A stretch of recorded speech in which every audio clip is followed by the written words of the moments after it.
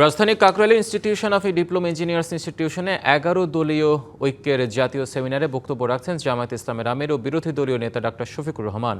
আমরা এখন সরাসরি সেখানে যুক্ত হচ্ছি। জনগণের জন্য, সেই জনগণ ট্রমাটাইজড, আহত, দারুণ কষ্টে আছে, তাদের কষ্টে পাশে না দাঁড়িয়ে তখন সেই কাজ করা হয়েছে। আর আমাদেরকে ব্লেম দেওয়া হয়েছে আমরা নির্বাচন চাই না। নির্বাচন না চাইলে পরে নির্বাচনে অংশগ্রহণ করলাম কিভাবে?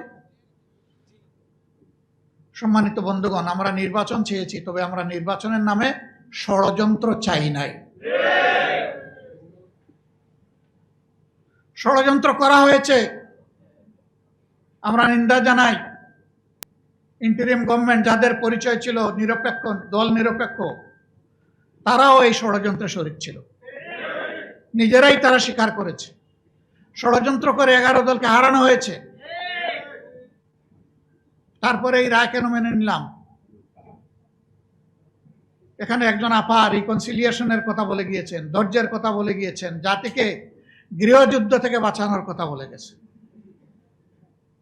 17.5 বছর পরে এই নির্বাচন নিয়ে ষড়যন্ত্রের ফসল হিসাবে যদি আমরা সেদিন রিভোল্ট করতাম, এই নির্বাচনের ফলাফল প্রত্যাখ্যান করতাম, তাহলে দেশে বিশৃঙ্খলা সৃষ্টি হলে এর শেষ কোথায় গিয়ে দাঁড়াতো কেউ জানে না।